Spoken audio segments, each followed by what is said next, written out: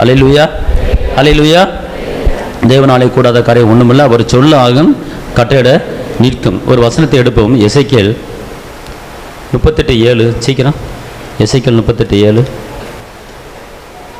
நீ ஆயத்தப்படு, உன்னுடனே கூடின உன் எல்லா கூட்டத்தையும் ஆயத்தப்படுத்து, நீ அவர்களுக்கு காவலானனா இரு. பார்த்துக்கொள்ளுங்க. நீ ஆயத்தப்படு, உன்னுடன் கூடிய எல்லா கூட்டத்தையும் ஆயத்தப்படுத்து. அதாவது எப்படி என்று கேட்டால், இந்த நாட்களிலே, இந்த வருகிற நாட்களிலே நாம் உலகத்தில் உலகப்பரமான காரியங்களிலே எவ்வளவோ காரியங்களை நம்ம என்ன செய்கிறோம், ஆயத்தமாக இருக்கிறோம். ஆனால் நம்ம எந்த காரியத்துக்கு நம்ம ஆயத்தமாக இருக்க வேண்டும் அப்படிங்கிறத நீங்கள் தெரிஞ்சுக்கொள்ளணும். அதாவது உன் எல்லா கூட்டத்தையும் ஆயத்தப்படுத்தி நீ அவர்களுக்கு காவலனாக இரு அப்படின்னு சொல்லப்பட்டிருக்கிறது. அவர்களுக்கு நீ காவலனாக இரு அப்படின்னா, இயேசுவை சொந்த இரட்சகராக ஏற்றுக்கொண்டவர்கள் எத்தனை பேர்களும் இருக்கிறாங்க. அவர்களுக்கு நம்ம என்ன செய்ய வேண்டும், காவலனாக இருக்க வேண்டும். காவல் காக்க வேண்டும். காவல் காப்பது என்னன்னு கேட்டிங்கன்னா, இன்றைக்கி ஒரு மனிதனுடைய காவலை காட்டிலும் கர்த்தருடைய காவல் ரொம்ப பெரிதாக இருக்கிறது, பார்த்துக்கொள்ளுங்க. அப்போ நம்ம ஜெபத்தில் உறுதியாக தரித்திருந்து நாம் என்ன செய்ய வேண்டும், காவல் காக்க வேண்டும். எப்படி குடும்பத்துக்கு, பிள்ளைகளுக்கு, நண்பர்களுக்கு, எல்லாத்துக்கும் நம்ம என்ன செய்யணும், ஜெபிக்க வேண்டும். அதாவது ஒரு ஆயத்தம், அதாவது எல்லா காரியத்திலையுமே நம்ம ஒரு ஆயத்தம் இல்லாத ஒரு வாழ்க்கை வாழ்ந்துக்கிட்டு இருக்கிறோம். ஆலயத்துக்கு வருவதற்கு ஒரு ஆயத்தம், தேவனை துதிக்க ஒரு ஆயத்தம், ஜெபிக்க ஒரு ஆயத்தம், தேவ நாமத்தை உயர்த்துவதற்கு ஆயத்தம், வேத வாசிப்பதில் ஆயத்தம், இப்படி ஒவ்வொரு காரியத்திலுமே நம்ம ஆயத்தமாக இருக்க வேண்டும். ஆயத்தம் இல்லாத வாழ்க்கை பார்த்துக்கொள்ளுங்க, ஒரு சரியில்லாத வாழ்க்கை பார்த்துக்கொள்ளுங்க. நம்ம ஒரு இடத்துக்கு போவதென்றால் நம்ம கிளம்புறோம், ட்ரெஸ் பண்ணுறோம், அழகாக நீட்டாக என்ன பண்ணுறோம், எப்படி பண்ணணுமோ அந்த அளவுக்கு நம்ம என்ன செய்கிறோம், பண்ணுறோம். ஆயத்தமாய் தான் ஒரு இடத்துல, ஒரு கல்யாண வீட்டுக்கு போனால் ஆயத்தமாய் தான் போகிறீங்க, ஒரு ஊருக்கு போனால் ஆயத்தமாய் தான் போகிறீங்க, ஒரு வீட்டுக்கு போனால் ஆயத்தமாய் தான் போகிறீங்க, எந்த ஒரு காரியத்துக்கு போனாலும் ஆயத்தமாய் போவீங்க. அதாவது எப்படின்னா, இன்றைக்கி கடவுளை தேடுவதுக்கு, இயேசுவை தேடுவதுக்கு, தேவனை மையப்படுத்துவதுக்கு நீங்கள் ஆயத்தமாகணும். இப்போ ஒரு கல்யாண வீட்டுக்கு போகிறாந்தா ஒரு கண்ணாடி முன்னாடி நின்று அக்காமாருக்கு அந்த அலங்காரம் பண்ணுறதுக்கே கிட்டத்தட்ட ஒரு 1/2 மணி நேரம் பார்த்துக்கொள்ளுங்க. அப்போ தன்னைத்தானே ஆயத்தப்படுத்தி கொள்கிறாங்க. எப்படி போன எல்லாரும் போவாங்க, எல்லோரும் வருவாங்க, எல்லோரும் நம்மளை பார்ப்பாங்க. அவங்களுக்கு முன்னால் நம்ம ஒரு தாழ்ந்தவங்களை இருக்கக்கூடாது, அவங்களுக்கு முன்னால் நம்ம ஒரு இதாக இருக்கணும் அப்படின்னு சொல்லிட்டு ஒரு விதவிதமாக ட்ரெஸ்ஸை உடுத்தி, விதவித நகை உடுத்தி தன்னை ஆயத்தப்படுத்தி கொள்வாங்க. தன்னை ஆயத்தப்படுத்திக்கிட்டு தான் ஒரு இடத்தை கடந்து போவாங்க பாருங்கள். அப்போ இந்த ஒரு ஆயத்தை தவறு கிடையாது. இந்த ஒரு ஆயத்தை அது பரலோகத்தை கொண்டு போகாது.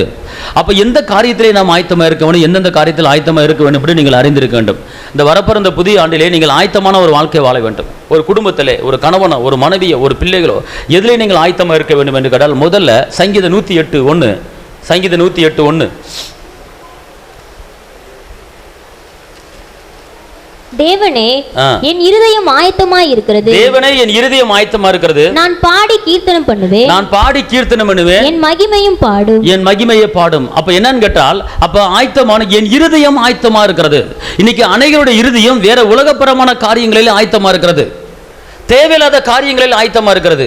இன்னைக்கு தெரிஞ்சு கொள்ளுங்க, உங்களுடைய இருதயம் ஆயத்தமா இருக்க வேண்டும். இதற்கெல்லாம் உங்களுக்கு இருதயம் ஆயத்தமா இருக்க வேண்டும். இங்க தேவனுடைய வார்த்தை சொல்லுகிறது, தேவனே, என் இருதயம் ரெடியா இருக்கு, என் இருதயம் ஆயத்தமா இருக்கு, நான் பாடி கீர்த்தனம் பண்ணுவேன், என் மகிமையையும் பாடும். அல்லேலூயா, அல்லேலூயா. தேவனே, என் இருதயம் ஆயத்தமா, நான் பாடி கீர்த்தனம் பண்ணுவேன். அப்பனா தேவனை துதிப்பதற்கு, தேவனை ஆராதிப்பதற்கு, தேவனை மகிமைப்படுத்துவதற்கு, தேவனை நீங்கள் ஆராதித்து அவருடைய பிரசன்னத்தை உணர்வதற்கு நீங்கள் ஆயத்தமாக இருக்க வேண்டும். எதற்கெல்லாம் ஆயத்தமாக இருக்க வேண்டும் என்று கேட்டால், சாப்பிடுவதற்கு ஆயத்தமில்லை என்று சொல்லப்படவில்லை, மற்ற எந்த காரியத்துக்கு நீ ஆயத்தமாக என்று சொல்லப்படவில்லை. இங்கு முதல்ல நம்ம வாழ்க்கை ஸ்திரப்படுவதற்கு, நம்முடைய வாழ்க்கை பலப்படுவதற்கு நாம் எழும்ப வேண்டும், நாம் பிரகாசிக்க வேண்டும். அதற்கு நாம் செய்ய வேண்டிய முதல் காரியம் என்ன என்று கேட்டால், நீங்கள் துதிப்பதற்கு ஆயத்தமாக வேண்டும், நீங்கள் ஆராதிப்பதற்கு ஆயத்தமாக வேண்டும், தேவ நாமத்தை உயர்த்துவதற்கு ஆயத்தமாக வேண்டும். இப்படி ஆயத்தம் ஆகும்போது பார்த்துக்கொள்ளுங்க, உங்களுக்குள்ள ஒரு தேவ வல்லமை கடந்து விடும். என்ன வரும் கேட்டீங்கன்னா, துதிக்கும் போது, ஸ்தோத்திரிக்கும் போது என்ன கடந்து வந்துடும்? சகரியா 2:10, சகரியா 2:10. சீக்கிரம், சகரியா 2:10. சீயோன் குமாரத்தியே, சீயோன் குமாரத்தியே, கெம்பீரித்து பாடு, கெம்பீரித்து பாடு. இதோ இதோ நான் வந்து உன் நடுவில் வாசம் பண்ணுவேன். அப்ப என்று எங்கங்க இந்த உலகத்துல வானத்தையும் பூமியை உண்டாக்கின சர்வ வல்லவர், இரக்கத்தின் சொருவி வெற்றி வேந்தன் உலகத்தை படைத்தவர் அவர் சொல்றாரு, நான் வந்து உன் நடுவில் வந்து வாசம் பண்ணுவேன், நான் வந்து உன் நடுவில் வந்து உட்காருவேன், நான் வந்து உன் பக்கத்தில் வந்து உட்காருவேன். அப்ப அவர் வந்து உன் பக்கத்தில் உட்காருவதற்கு, அவர் உன் நடுவிலே வாசம் பண்ணுவதற்கு நீ செய்ய வேண்டிய காரியம் என்ன என்று கேட்டால், சீயோன் குமாரத்தியே நீ கம்பீரித்து பாடு, இஸ்ரவேலரே நீ ஆர்ப்பரி என்று சொல்லப்பட்டிருக்கிறது. அப்படி என்றால் நீ உன் இருதயம் ஆயத்தமா இருக்க வேண்டும். உன் இருதயம் எதில் ஆயத்தமா இருக்க வேண்டும் என்று கேட்டால், தேவனை மகிமைப்படுத்த, தேவனை துதிப்பதற்கு ஆயத்தமாக என்ன செய்ய வேண்டும், இருக்க வேண்டும். ஆமென் சொல்லுங்க. அல்லேலூயா, அல்லேலூயா. அதுக்கு தான் எந்த நேரமும் தேவனை நம்ம துதித்து கொண்டு ஸ்தோத்திரத்தை கொண்டு மகிமைப்படுத்திக் கொண்டே இருக்க வேண்டும். அல்லேலூயா சொல்லுங்க. அல்லேலூயா. உங்க இருதயம் வந்து தேவனை துதிக்கிற துதியில நிரம்பி இருக்கணும், நிறைஞ்சு இருக்கணும். வேற எந்த ஒரு காரியத்தில் நிரம்பி இருக்க கூடாது. அவரை கனப்படுத்த, அவரை மகிமைப்படுத்த, இதுவரை நடத்தி வந்த எபினேசரே, என் குடும்பத்தை காத்தீரே உமக்கு ஸ்தோத்திரம், என் பிள்ளையை காத்தீரே உமக்கு ஸ்தோத்திரம், எனக்கு நல்ல வேலையை கொடுத்தீங்களே ஸ்தோத்திரம், எனக்கு வருமானத்தை கொடுத்தீங்களே ஸ்தோத்திரம், இந்த வருஷத்துல தேவையில்லாத பிரச்சனைகளை முறியடித்து எனக்கு ஜெயத்தை கொடுத்து என்னை இதுவரை கரமெடுத்து நடத்தி வந்தீங்களே, உமக்கு கோடி ஸ்தோத்திர பலிகளை நன்றி பலிகளை ஏறெடுக்கிறேன், உமக்கு கனத்தை செலுத்துகிறேன், உமக்கு மகிமை செலுத்துகிறேன். தகப்பன எல்லா கன மகிமை உமக்கே தான் ராஜா. அப்பா உம்மை போற்றுகிறேன் என்று சொல்லி நீங்கள் தேவனை துதிக்கும் போது தேவன் ஒரு பெரிய காரியத்தை உங்களுக்கு செய்து விடுவார். உங்கள் இருதயத்திலே தேவனை கனப்படுத்த விடு. அப்ப நீங்கள் துதிக்க உங்கள் இருதயம் ஆயத்தமா இருக்க வேண்டும். நீங்கள் தேவனை ஆராதிக்க உங்கள் இருதயம் ஆயத்தமா இருக்க வேண்டும். தேவ சமூகத்திலே அமர்வதற்கு உங்கள் இருதயம் ஆயத்தமா இருக்க வேண்டும். அப்படி ஆயத்தமா இருக்கும்போது அடுத்த கட்டமாக ஒரு காரியம் உங்களுக்கு நடக்கிறது. தேவனுடைய மகிமை உங்க மேல இறங்கி வருவதை நீங்க பார்க்க முடியும். தேவனுடைய சக்கின மகிமை உங்க மேல இறங்குவதை நீங்க பார்க்க முடியும். அதான் சொல்லப்பட்டிருக்கு, சீயோன் குமாரத்தியை கம்பீரித்து பாடு, இஸ்ரவேலரே நீர் ஆர்ப்பரி. ஹல்லேலூயா. சில பேர் கம்பீரித்து பாடு அப்படின்னு வசனம் சொல்ல, சில பேர் கம்பீரிக்க மாட்டாங்க. ஸ்தோத்திர பலி ஸ்தோத்திர பலி அப்பாவுக்கு, துதியும் கனமும் மகிமையும் ஏசப்பாவுக்கு, ஸ்தோத்திர பலி. இது வந்து ஒரு கம்பீரமான ஒரு காரியம் கிடையாது. இது வந்து சோர்வுக்கு உண்டான அடையாளம். அல்லேலூயா. கம்பீரமான என்ன என்று கேட்டால், உங்கள் சரீரத்திலே, உங்கள் உடம்பிலே, அவருடைய பிரசன்னம் இறங்கும் போது ஸ்தோத்திர பலி அப்பாவுக்கு, துதியும் கனமும் மகிமையும் ஏசப்பாவுக்கு, ஸ்தோத்திர பலி அப்பாவுக்கு, துதியும் கனமும் மகிமையும் ஏசப்பாவுக்கு. சுகந்தீரே நன்றி ஐயா, சுகந்தீரே நன்றி ஐயா, பலன் தந்தீரே நன்றி ஐயா, பலன் தந்தீரே நன்றி ஐயா, ஸ்தோத்திர பலி அப்பாவுக்கு, துதியும் கனமும் மகிமையும் ஏசப்பாவுக்கு, ஸ்தோத்திர பலி அப்பாவுக்கு, துதியும் கனமும் மகிமையும் ஏசப்பாவுக்கு. நாயக நீரே, ஆராதனை நீரே, ஆராதனை நாயக நீரே, ஆராதனை நீரே, ஆராதனை நாயக நீரே, ஆராதனை நீரே. ஹல்லேலூயா. இப்படி என்ன செய்யணும் கேட்டீங்கன்னா, ஆராதித்து தேவனை மகிமைப்படுத்தணும். இப்படி தேவனை உயர்த்த, தேவனை மகிமைப்படுத்த, தேவனுக்கு நன்றி சொல்லும் போது அவர் உங்கள் மத்தியில் இறங்கி வந்து வாசம் பண்ணுவேன் அப்படிங்கிறார். அதாவது கம்பீரிக்க வேண்டும். ஆராதனையில ஒரு கம்பீரம் இருக்க வேண்டும், ஆராதனையில ஒரு மகிழ்ச்சி இருக்க வேண்டும். அதாவது ஆராதிக்கும் போது, அதாவது தேவ தூதர்கள் இரவும் பகலும் பரிசுத்தர் பரிசுத்தர் என்று சொல்லிக் கொண்டே இருக்கிறார்கள். தாவீது ஆராதிக்கும் போது நடனமாடி கொண்டு ஆராதிக்கிறார். நான் உங்களை நடனம்லாம் ஆட சொல்ல, நடனம் என்னன்னு கேட்டீங்கன்னா, அதாவது நடனம் எனக்கு ஆட தெரியாது அப்படில, ஆராதனை நாயகன் நீ, இது நடனம் கிடையாது, சும்மா ஒரு சக்தான். ஆராதனை நாயக நீரே, இது செய்யறது ஒரு தப்பு கிடையாது. அதாவது உடம்பு கொஞ்சம் அப்படி லைட்டா நீங்க ஆட்டி தான் தேவனை என்ன செய்யணும், ஆராதிக்க. நின்றுக்கிட்டு ஆராதனை நாயக நீரே, ஆராதனை, இது வந்து ஒரு சோர்வுக்கு இடம் கொடுத்துரும். வீட்டுக்குள்ள இருக்கும்போது தேவனை ஆராதிக்கும் போது நல்லா மகிமைப்படுத்தி நல்லா துதிச்சு நல்ல பிரசன்னத்துக்குள்ள கடந்து வரணும். அப்பனா ஒரு கம்பீரம் உங்களுக்குள்ள என்ன செய்யும், வரும். ஆமென் சொல்லுங்க. அல்லேலூயா. அப்ப தேவனை துதிக்கும் போது ஒரு தேவனுடைய வல்லமை உங்க மேல இறங்குவதை நீங்க உணரணும். அதான் அவருடைய பிரசன்னம், அதான் அவருடைய வல்லமை. ஆமென் சொல்லுங்க. அல்லேலூயா. நடனமானா தை தக்கன் அதுதான் பேர் நடனம். அந்த மாதிரி நடனம் ஆட சொல்ல கிடையாது. அல்லேலூயா. திக்கத்தினேன் கித்தனை தக்கத்தினேன் கெத்தனை தறி கொடுத்தோம் தித்தித்தோம், அதுக்கு பேர் நடனம். இது வந்து அது வந்து நீங்க ஒரு நடனம் நினைச்சிடாதீங்க. தகடுதும் திகுடுதும் ஜிமக்கு ஜிமக்கு தானே, இது வந்து நடனம். இந்த மாதிரிலாம் ஆடி நீங்க பாதி பாடலாம் வேண்டாம், நீங்களாம் பாட வேண்டாம், அப்படி வரணும். அல்லேலூயா. இப்படித்தான் நீங்க என்ன செய்யணும், தேவனை என்ன செய்யணும், மையப்படுத்தணும். இப்படி தேவனை மையப்படுத்தும் போது பார்த்துக்கொள்ளுங்க, அவருடைய பிரசனம் உங்களுக்குள்ள கடந்து வந்துடும். பார்த்துக்கொள்ளுங்க. அப்ப நீங்க என்ன செய்யணும் கேட்டீங்கன்னா, இந்த பிரசனத்தை பெற்றுக்கொள்ள உங்களுக்கு ஒரு ஆயத்தை வேணும். கர்த்தர் சொல்றாரு, நீ ஆயத்தமாகு அப்படிங்கிறார். அப்ப நான் துதிக்க நீ ஆயத்தமாக வேண்டும், தேவனை மகிமைப்படுத்த நீ என்ன செய்ய வேண்டும், ஆயத்தமாக வேண்டும். அடுத்தபடி 2 நாளாகமம் 5:13-14 துதிக்கும் போது ஆராதிக்கும் போது 2 நாளாகமம் 5:13-14 சீக்கிரம். அவர்கள் ஒருமித்து பூரிகைகளை ஊதி ஏக சத்தமாய் கர்த்தரை துதித்து ஸ்தோத்தரித்து பாடினார்கள். ஆசாரியர் பரிசுத்த ஸ்தலத்திலிருந்து புறப்படுகையில் பாடகர்கள் பூரிகைகள் தாளங்கள் கீத வாக்கியங்களுடைய சத்தத்தை தொனிக்க பண்ணி கர்த்தர் நல்லவர், அவர் கிருபை என்றும் உள்ளது என்று அவரை ஸ்தோத்தரிக்கையில் கர்த்தருடைய வீடாகிய தேவாலயம் மேகத்தினால் நிறையப்பட்டது. அந்த மேகத்து நிமித்தம் ஆசாரிகள் ஊழியம் செய்து நிற்க கூடாமல் என்ன செய்து கர்த்தருடைய மகிமை ஆலயத்தை நிரப்புச்சு. கவனிங்க, தேவனுடைய மகிமை உங்க வீட்டை நீங்க ஆராதிக்கிற இடத்துல முழுவதும் நிரப்பப்பட வேண்டும். நல்லா தெரிஞ்சுக்கொள்ளுங்க. ஏதோ உப்புக்கு சப்பா நீங்க தேவனை ஆராதிக்க கூடாது. தேவனுடைய பிரசனத்தை உணர்கிற ஒரு உணர்வு ஆராதனை, அதுதான் உண்மையான ஒரு ஆராதனை. பார்த்துக்கொள்ளுங்க. தேவனை துதிக்கும் போது அவருடைய மகிமை உங்க மேல கடந்து வரணும். நீங்க நிக்க மாட்டாம அசையக்கூடிய, நீங்களே யார் உங்களை அசைக்கிறா அப்படிங்கிற தெரியாம உங்களை அறியாம ஒரு அசைவு உங்களுக்குள்ள உண்டாகும் போது தேவனுடைய மகிமை அந்த இடத்துல, அதுதான் உண்மையில ஒரு ஆராதனை. பார்த்துக்கொள்ளுங்க. இங்க என்ன சொல்லப்பட்டிருக்கு, கர்த்தர் நல்லவர், அவர் கிருபை என்றும் உள்ளது என்று அவரை ஸ்தோத்திரித்தாங்களா. எப்படி சொல்லப்பட்டிருக்கு? அவர் எப்படி ஸ்தோத்திரிக்கிறீங்க? அவர் நல்லவர், அவர் வல்லவர், அவர் கிருபை என்றும் உள்ளது. அவர் நல்லவர், அவர் வல்லவர், அவர் கிருபை என்றும் உள்ளது. அவர் கிருபை என்றும் உள்ளது. அவர் கிருபை என்றும் உள்ளது. அவரை போற்றி துதித்து பாடி அல்லேலூயா என்றார் பரிபூர்ண. இப்படி என்ன செய்ய, நீங்க தேவ நாமத்தை என்ன செய்யணும், மகிமைப்படுத்தணும். பார்த்துக்கொள்ளுங்க. எப்படி அவங்க பாடினாங்க, அவரை துதித்து பாடினார்கள். அப்ப துதித்து பாடும்போது அவர்கள் நிற்க கூடாமல் இடம் அசையப்பட்டது. அப்ப இன்னைக்கு நம்ம ஜெபிக்கிற, நம்ம துதிக்கிற ஆராதனை எப்படிப்பட்ட ஆராதனை இருக்கிறது? நொந்து போன வெந்து போன ஆராதனை இருக்கக்கூடாது. ஆராதிக்கும் போது தேவோட மகிமை உங்க மேல இறங்கணும். ஆராதிக்கும் போது தேவோடைய வல்லம் உங்க மேல இறங்கணும். நிக்க முடியாத அளவுக்கு தேவனுடைய பிரசன்னம் உங்க மேல இறங்கும் போது அதுதான் ஒரு உண்மையான, ஒரு கம்பீரிக்கிற, ஒரு உற்சாகமான ஒரு ஆராதனை. இப்படிப்பட்ட ஆராதனை இல்லாத ஆராதனை கிடையாது. பழைய ஏற்பாட்டு காலத்துல இந்த காரியம் நடந்திருக்கு. பார்த்துக் கொள்ளுங்க. அவர்கள் ஒருமித்து பூரிகள் ஊதி ஏக சத்தமாய் கர்த்தரை துதித்து ஸ்தோத்திரித்து பாடினால், ஏக சத்தமாய் கர்த்தரை என்ன செஞ்சாங்க? எப்படி போட்டிருக்கு? ஹலோ, எப்படி துதிச்சாங்க? ஏக சத்தமாய் துதித்தார்கள். இங்க வாயை தர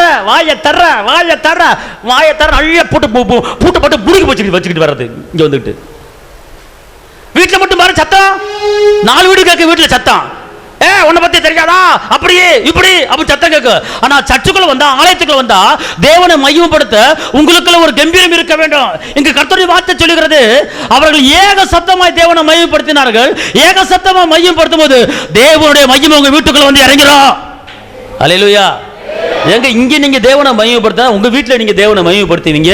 இங்க துதிச்சதான் வீட்டுல போய் துதிப்பீங்க. நீங்க இங்கேயே வந்துட்டு கம்முன்னு உட்காந்துக்கிட்டு எனக்கு நான் ஆராதனை வேலையில அப்படி அப்பதான் தண்ணி குடிக்க போக, அப்பதான் புழுக்கு இப்படி முக்காடு போட்டு டிங்கு டக்கு போய் தண்ணி குடிச்சிட்டு வருவா.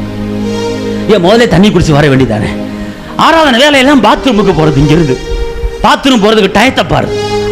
கர்த்தரை மகிமைப்படுத்த, கர்த்தரை துதிக்க, கர்த்தரை ஆராதிக்க, தேவனை நன்றி சொல்ல இந்த வருஷம் முழுவதும் பாதுகாத்தீங்க, சுகத்தை கொடுத்தீங்க, விடுதலை கொடுத்தீங்க, தேவையில சந்திச்சீங்க, உங்களுக்கு கணத்தை செலுத்த வந்திருக்கிற, மகிமை செலுத்த வந்திருக்கிற, நன்றி செலுத்த வந்திருக்கிறேன்னு சொல்லி நன்றி செலுத்த நீங்க வராம நன்றி செலுத்திக்கிட்டு இருக்கும்போது ஊடால அங்கிட்டு எந்திரிச்சு ஓடுறது, டக்குன்னு செல்ல எடுத்துறது, செல்ல முன்னாடி வச்சுக்கிறது, இப்படி திறந்து போட்டுக்கிறது. ஏன் மெசேஜ் வந்தா tick tick tick tick tick அனுப்பிட்டு அப்படி ஒண்ணு தெரியும் மாதிரி சோத்திர மண்டவரே சோத்திர மண்டவரே சோத்திர மண்டவரே சோத்திர மண்டவரே செல்லு உடைஞ்சு போவதாக. ஆராதனை வேலையில செல்ல நோண்டிக்கு இருந்த செல்லு ரிப்பேர் ஆயிப்பா. எத்தனை ஆயிரம் செல்லா இருந்தாலும் சரி அது ரிப்பேர் ஆகி போவதாக. ஆமா, அல்லேலூயா. தேவனுக்கு கொடுக்க வேண்டிய நேரத்தில் நீங்க செல்ல நோண்டிக்கிட்டு இருந்தீங்கன்னா, வேற எங்கேயும் சிந்தனை வச்சுக்கிட்டு இருந்தீங்கன்னா, கர்த்தருக்கு நீங்க கணக்கு கொடுக்கணும். தேவனுடைய பிரசனத்தை உணர முடியாது. நீங்க செல்லுல வருவீங்க, ஐ வில் கமிங், ஐயோ போய் வந்துகிட்டு இருக்கோம், நீ நான் நாளைக்கு வரேன் இப்போ வரேன்னு சொல்லி அனுப்பிச்சு விட்டுக்கிட்டு இருப்பேன். ஐ எம் 2 o'clock கமிங் அப்படின்னு சொல்லிட்டு அனுப்பிச்சு விட்டுக்கிட்டு இருப்பேன். இங்க 2 o'clock அனுப்பிக்கிட்டு இருப்பேன். இங்க ஹல்லேலூயா. எப்படி உனக்குள்ள பிரச்சனை வரும்? உனக்குள்ள வேற ஒருத்தன் தான் வருவான். கர்த்தரை ஆராதிக்கும் போது எல்லாத்தையும் வெறுத்து எல்லாத்தையும் ஒதுக்கி வேற சிந்தனைகளை எடுத்து போட்டுட்டு தேவனே உன்னை மகிமை என் மேல இறங்கணும், உன் பிரச்சனை என் மேல இறங்கணும் அப்படிங்கிற அந்த வாஞ்சையில தாகமுள்ள மேல் தண்ணீரை ஊற்றுவர் என்று சொல்லி இருக்கிறார். அந்த தாகத்தோட, அந்த ஏக்கத்தோட, அந்த விருப்பத்தோட நீ தேவனுக்கு மகிமை செலுத்த வேண்டும், தேவனுக்கு நன்றி செலுத்த வேண்டும். அப்படி சொல்லும் போது, செய்யும் போது கர்த்தர் மகத்துவமான காரியத்தை மேல இறங்கிறார். அதான் பாருங்க, அவர்கள் ஏக சத்தமா இங்க ஏக சத்தமாய் கர்த்தரை துதித்து ஸ்தோத்திரித்து பாடினார்கள். ஏக சத்தமா பாடினாங்க. நீங்களாம் உண்மையிலே எல்லாரும் பாடினீங்கன்னா மைக்க தேவை கிடையாது. எல்லாருமே உண்மையிலே பாட்டு பாடினீங்கன்னா மைக்க தேவை கிடையாது. பாடணும். அதுக்கு தான் இந்த பாட்டுத்தால விலைக்கு வாங்குங்க. பாட்டுத்தால என்ன செய்யுங்க, ஒரு 50 ரூபா கொடுத்து விலைக்கு வாங்குங்க. நகையும் நட்டும் போல்ட்டையும் ஸ்க்ரூவும் வாங்குறோம். போல்ட்டு, செயின், திருகாணியம், அது இது கவரிங்கு இப்படி தொங்குது, இப்படி நீட்டிக்கிட்டு இருக்கு, அதெல்லாம் காசு போட்டு வாங்குறோம். அதெல்லாம் வாங்குங்க, நான் வேணாம் சொல்லல. கர்த்தரை மகிமைப்படுத்தக்கூடிய பாட்டு புத்தகத்தை வாங்க. பாட்டு புத்தகம் வாங்கி ஒரு சீடியை வாங்க.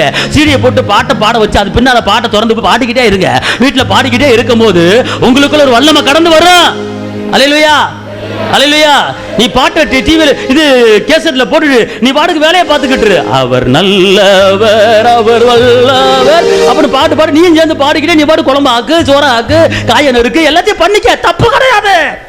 அதுக்கப்புறம் தனியா உட்காந்து அந்த அப்பதான் அந்த பாட்டு உனக்குள்ள என்ன செய்யும், அந்த பாட்டோட சேர்ந்து பாடும்போது உனக்கு அந்த பாட்டு என்ன செய்யும், வரும். அல்லேலூயா. எதுக்கோ செலவு பண்றீங்க, ஒரு சிடி பிளேயர் வாங்குங்க, ஒரு ஸ்பீக்கரை வாங்குங்க, சிடியை வாங்கி போடுங்க, MP3 சிடியை வாங்க, பாடிக்கிட்டே கிடக்கும் அந்த பாட்டுக்கு. நீங்களும் கூட சேர்ந்து பாடுங்க. முடிஞ்சா பாட்டு பக்கம் திறந்து அவட சேர்ந்து பாடுங்க. அப்படி பாடி ட்ரைனிங் எடுத்து நீங்க வந்தீங்கன்னா நீங்களும் சேர்ந்து பாடுவீங்க. உங்களுக்கு ஒரு வல்லமை என்ன செய்யும், கடந்து வரும். அல்லேலூயா, அல்லேலூயா. ஏக சத்தமா என்ன செஞ்சாங்க, ஏக சத்தமா என்ன செஞ்சாங்க சொல்லுங்க. போட்டிருக்கா போடலையா? சில பேர் வெக்கப்படுவாங்க. அப்படி நீங்க நம்ம கல்யாணம் பண்ண மாதிரி வெக்கப்பட்டுக்கிட்டு அப்படியே ஆண்டவர் படைத்த வெற்றியின் நாள் இது, இன்று அகமகிழ்வோம், அழுக்கழிப்போம், அல்லேலூயா பாடுவோம், அல்லேலூயா. தோல்வியில்லை இப்படிலாம் நீங்க என்ன செய்யக்கூடாது இருக்கு. ஆண்டவர் படைத்த வெற்றியின் நாள் இது, இன்று அகமகிழ்வோம், அழுக்கழிப்போம், அல்லேலூயா பாடுவோம். ஆண்டவர் படைத்த வெற்றியின் நாள் இது, இன்று அகமகிழ்வோம், அழுக்கழிப்போம், அல்லேலூயா பாடுவோம். அல்லேலூயா.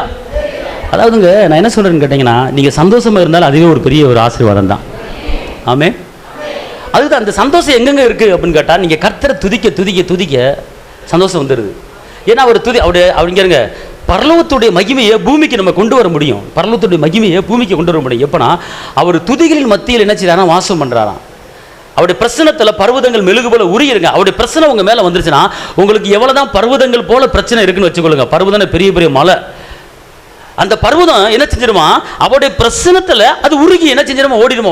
உங்க பிரச்சனை, கடன் பிரச்சனை, வேதனை, கஷ்டம், அவமானம், துக்கம், நெருக்கம், பாடு, இதை நீங்க நிறைஞ்சு அப்படியே தள்ளாடிக்கிட்டு இருப்பீங்க.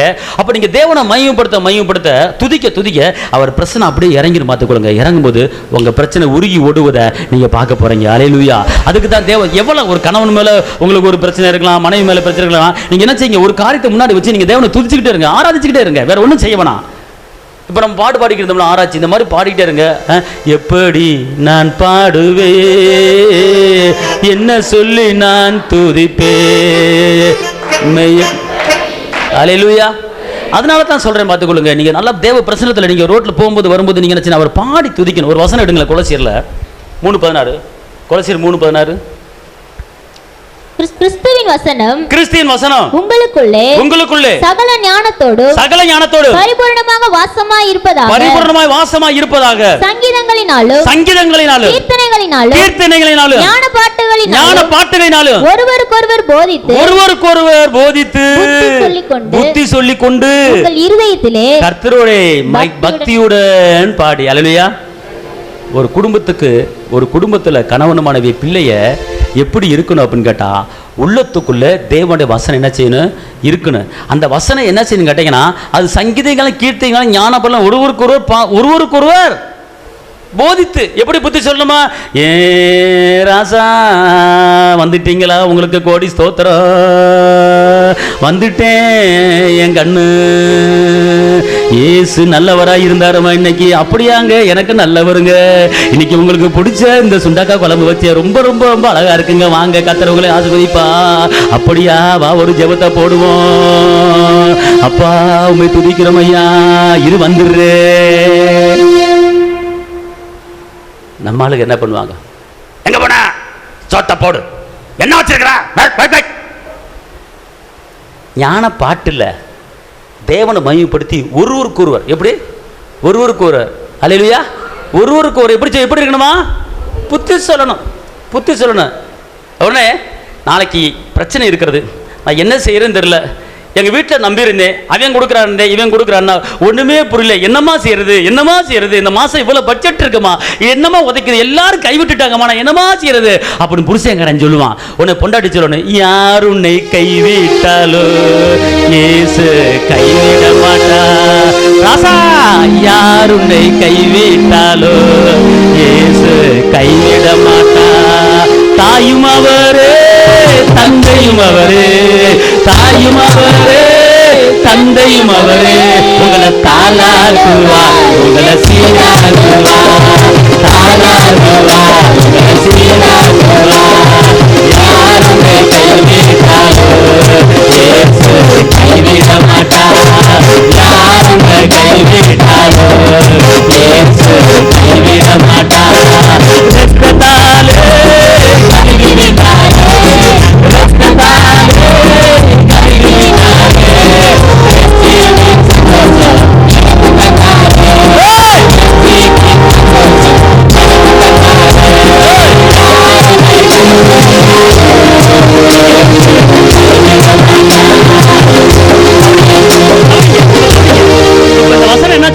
சங்கீதங்களாலும் கீர்த்தனாலும் ஞான பாட்டுகளாலும் புத்தி சொல்லிக் கொண்டு கர்த்தரை பாடி துதிப்பதற்கு நீங்கள் என்ன செய்ய வேண்டும்?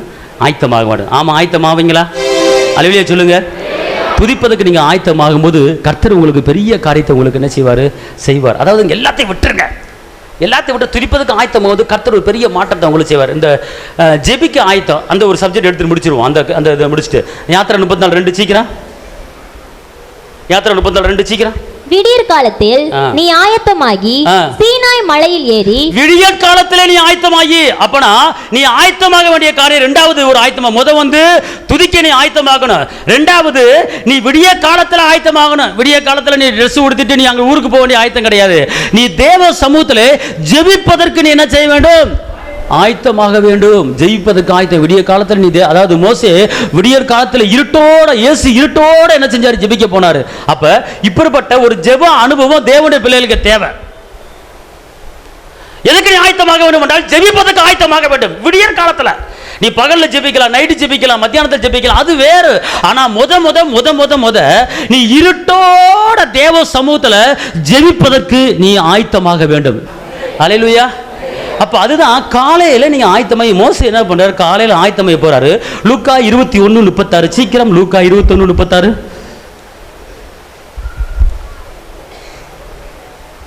ஆகையால் இனி சம்பவிக்க போகிற இவைகளுக்கெல்லாம் நீங்கள் தப்பி மனுஷகுமாருக்கு முன்பாக நிற்க பாத்திரவானாக எண்ணப்படுவதற்கு எப்பொழுதும் ஜெபம் பண்ணி விழித்திருங்கள் என்றால், அவர் பகல் காலங்களில் தேவாலயத்தில் உபதேசம் பண்ணி கொண்டு ராக்காலங்களில் வெளியே போய் ஒளிவுமலை என்னப்பட்ட மலையில தங்கி வந்தார். ஜனங்கள் எல்லோரும் அவருடைய உபதேசத்தை கேட்கும்படி அதிகாலமே தேவாலயத்திலே அவரிடத்தில் என்ன செஞ்சாங்க? வந்தாங்க. அன்பார்ந்தவர்களே, நீங்கள் தேவனை துதித்து ஆராதிக்கப்பட்டு போகும்போது ஒரு தேவனுடைய ஒரு ரேமா வார்த்தையை நீங்கள் கேட்கணும். கர்த்தர் உங்களோட வசனத்து மூலமா பேசணும். படிச்சு நீங்க ஆராய்ச்சி விட்டு ஜெபித்து விட்டு டக்குன்னு ஒரு பைபிள் எடுத்து ஒரு வசனத்தை வாசித்தீங்கன்னா அந்த வசனம் உங்களுக்கு டச் பண்றதா இருக்கிறோம். அதுதான் இயேசு உனக்கு பேசுறது. அப்ப இங்க பாருங்க, அதிகாலையில மக்கள் என்ன பண்ணிருக்கிறாங்க? இயேசுவின் வார்த்தையை கேட்க என்ன செஞ்சாங்க? வந்தாங்க.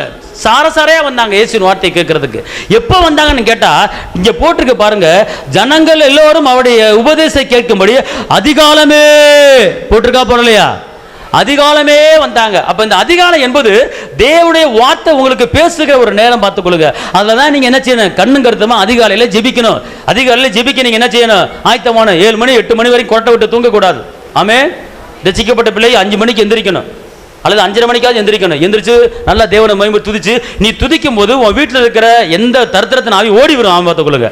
பக்கத்தில் இருக்கிறால தூங்க விடக்கூடாது, பொண்டாட்டி தூங்க விடக்கூடாது, புருஷனை தூங்க விடக்கூடாது. லா அப்படிங்கும் போது என்னம்மா எந்திரிங்க ஜெபிங்க. என்னம்மா ஆண்டவரே என் கணவருக்கு ஜெப ஆவியை ஊத்துங்க ஆண்டவரே, என் கணவர் துதிக்கணும், என் கணவர் பாடணும், என் கணவர் ஆடணும், என் கணவர் வேத வாசிக்கணும், என் கணவர் ஊழியத்துக்கு போகணும், இப்படிப்பட்ட வல்லமை என் கணவர் மேலே இறங்குவதாக.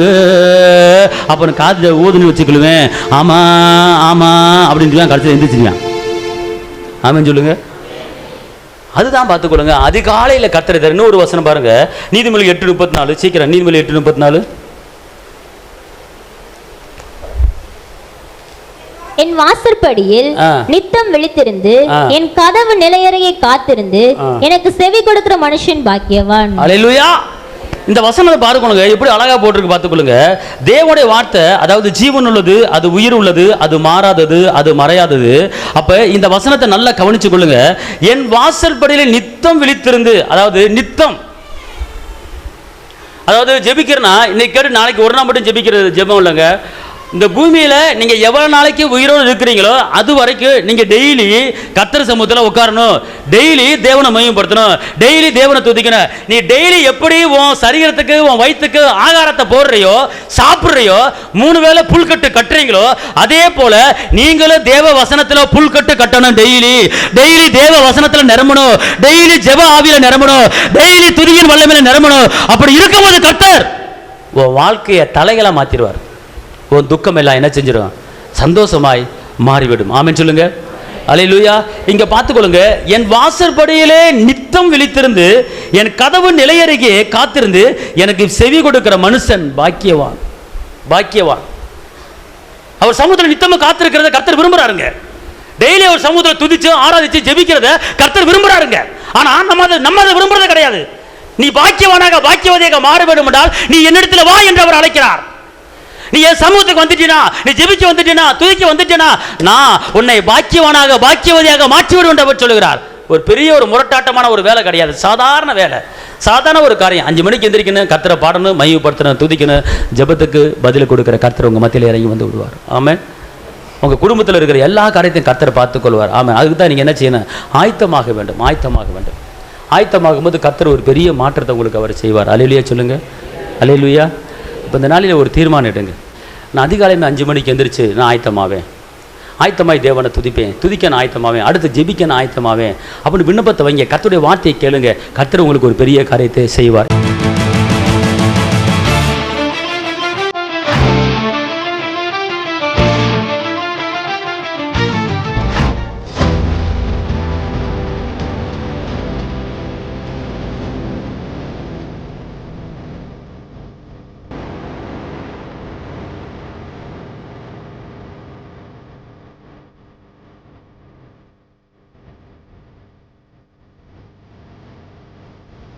உங்கள் வாழ்க்கையில் போராட்டமா, கண்ணீரா, வேதனையா?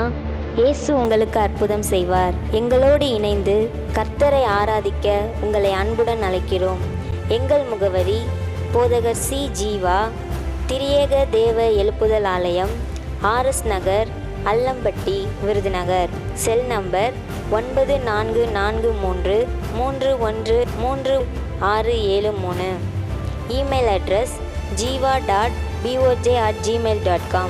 ஞாயிறு ஆராதனையின் நேரம் காலை 8:30 மணி முதல் 10:30 மணி வரை.